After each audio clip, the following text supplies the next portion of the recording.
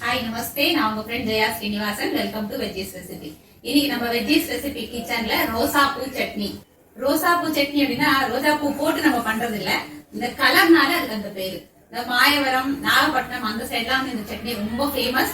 இட்லி, தோசை, பனியாரம், ஆப்பம், இடியாப்பம் எல்லாத்தோடயும் இந்த சட்னி ரொம்ப சூப்பரா இருக்கும். எப்பயும் சாப்பிடுறது கொஞ்சம் அதிகமாவே சாப்பிட தோணும். ரொம்ப ஈஸி, ஹெல்த்துக்கும் ரொம்ப நல்லது. வாங்க ஈஸியா எப்படி பண்றது பார்க்கலாம். இந்த ரோசாப்பூ சட்னி வந்து பார்த்தாலே அப்படி டெம்ட் ஆகும். இட்லி, தோசை, பொங்கல், ஆப்பம், பனியாரம் எல்லாத்தோடையும் இது நல்ல செம்ம காம்பினேஷனாக இருக்கும். செய்யறது ரொம்ப ஈஸி, ஆனால் டேஸ்ட் அட்டகாசமாக இருக்கும். சட்னியை அரைச்சி ஃப்ரிட்ஜில் வச்சிட்டோம் அப்படின்னா 4-5 நாள் வரைக்கும் கூட நம்ம யூஸ் பண்ணிக்கலாம். இந்த சட்னி டேஸ்ட்டில் நம்ம எப்பயும் சாப்பிட்ற இட்லி, தோசையோ 2 எக்ஸ்ட்ராவே சாப்பிட்ருவோம். அந்த அளவுக்கு ரொம்ப நல்லா இருக்கும். இந்த சட்னி நாகப்பட்டினம், மாயவரம் அந்த சைடு ரொம்ப ஃபேமஸ். வாங்க ஸ்டார்ட் பண்ணிடலாம். இந்த சட்னி பண்ணுறதுக்கு ஒரு 7-8 காஞ்ச மிளகாய் நல்லா வாஷ் பண்ணிட்டு தண்ணியில் ஊற வச்சுக்கணும். இது ஒரு மினிமம் ஒரு அரை மணி நேரம் நல்லா ஊறணும். இப்போ இது மிக்சி ஜாரில் இந்த எல்லா மிளகாயும் காம்புலாம் நீக்கிட்டு ஆட் பண்ணிக்கலாம். தேவையான அளவு உப்பு, கொஞ்சமாக புளி, அதாவது ஒரு நெல்லிக்காய், சின்ன நெல்லிக்காய் அளவுக்கு புளி ஆட் பண்ணிக்கணும். நம்ம மிளகாயை ஊற வச்சுருந்தோம் இல்லையா, அந்த தண்ணியை கொட்டக்கூடாது. அதை யூஸ் பண்ணி தான் நம்ம இந்த சட்னியை அரைக்க போகிறோம்.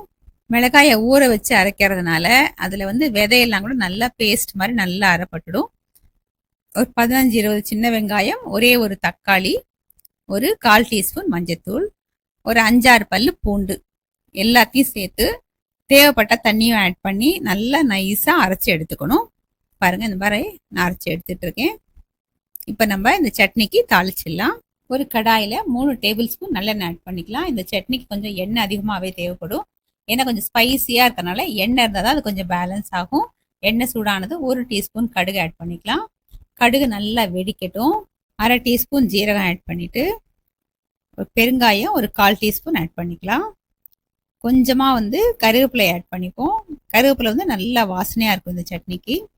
இதுக்கப்புறம் நம்ம அரைச்சி வச்சுருக்கோம் இல்லையா பேஸ்ட்டு மிக்சியில், அதையும் ஆட் பண்ணிடலாம். மிக்சி ஜாரில் ஒரு டம்ளர் தண்ணி ஆட் பண்ணி நல்லா மிக்ஸ் பண்ணிவிட்டு திரும்ப இதில் சேர்த்துருவோம். இந்த ரோசாப்பூ சட்னியை 2 விதமாக பண்ணலாம். நம்ம ஒரு மெத்தட் நம்ம இப்போ பண்ணிட்டு இருக்கோம். கடாயில் போட்டு நல்லா வதக்கிக்கிட்டு இருக்கோம். இந்த பச்சை வாசனை போகிற அளவுக்கு வதக்க போகிறோம். இன்னொரு வகை பச்சையாக அப்படியே வச்சிடலாம். தாளிச்சிட்டு நம்ம அரைச்ச சட்னியில் அந்த தாளிப்பை கொட்டி கலந்து வச்சுட்டா அந்த பச்சை வாசனையோடு இருக்கும். எப்படி பிடிக்குதோ அப்படி பண்ணிக்கலாம். ரெண்டுமே செம்ம சூப்பராக இருக்கும், செம்ம டேஸ்ட்டாக இருக்கும். இப்போ பாருங்கள், நான் வந்து நல்லா மிக்ஸ் பண்ணிட்டு இருக்கேன். இது கொஞ்சம் நல்லா எண்ணெய் பிரிஞ்சு வர்ற வரைக்கும் நல்லா வதக்கிட்டு ஃப்ளேமை லோவில் வச்சு நல்லா மிக்ஸ் பண்ணி கொடுக்கணும். இது கொஞ்சம் தெறிக்க ஆரம்பிச்சிடும் கொஞ்சம் நேரத்தில். அப்போ ஸ்டவ் ஃபுல்லாக சிந்தும். அப்போ பக்கத்துலேயே இருந்து நம்ம கொஞ்சம் இப்படி கலந்து கொடுத்துட்டோம் அப்படின்னா சிந்தாமல் சட்னியை நம்ம வதக்கி எடுத்துடலாம். வெளியில் சிந்தாமல் இருக்கிறதுக்கு ஒரு மூடியை போட்டு கூட நம்ம மூடிக்கலாம். ஒன்று போல் வதங்கிறதுக்கு அப்பப்போ மிக்ஸ் பண்ணிகிட்டே இருக்கணும். இந்த சட்னியோட கலர் அப்படிங்கிறது நம்ம யூஸ் பண்ணக்கூடிய மிளகாயும் இந்த தக்காளியும் பொறுத்தது.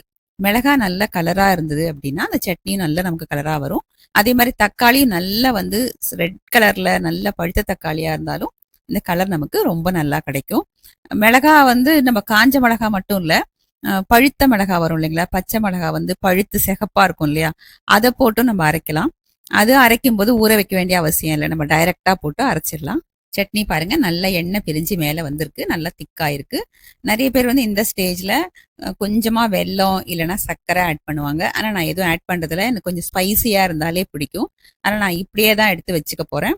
இப்போ ஸ்டவ் ஆஃப் பண்ணிட்டு இந்த சட்னியை நம்ம வேற பவுலுக்கு மாற்றிக்கலாம். ஸ்பைசி அண்ட் டேஸ்டியான ரோசாப்பூ சட்னி சர்விங்க்கு ரெடி. பார்த்தாலே டெம்ப்டா இந்த சட்னியை கண்டிப்பா நீங்க ப்ரிப்பேர் பண்ணி பார்த்துட்டு எப்படி இருந்தாலும் கமெண்ட்ல சொல்லுங்க. சேனலை சப்ஸ்கிரைப் பண்ணிக்கோங்க, எனக்கு மோட்டிவேஷனா இருக்கும். லைக் பண்ணுங்க, ஃப்ரெண்ட்ஸ் அண்ட் ஃபேமிலியோட ஷேர் பண்ணுங்க, பெல் ஐகானை கிளிக் பண்ணுங்க. புது ரெசிபியோட நாளைக்கு நான் உங்களை மீட் பண்றேன். தேங்க்ஸ் ஃபார் வாட்சிங்.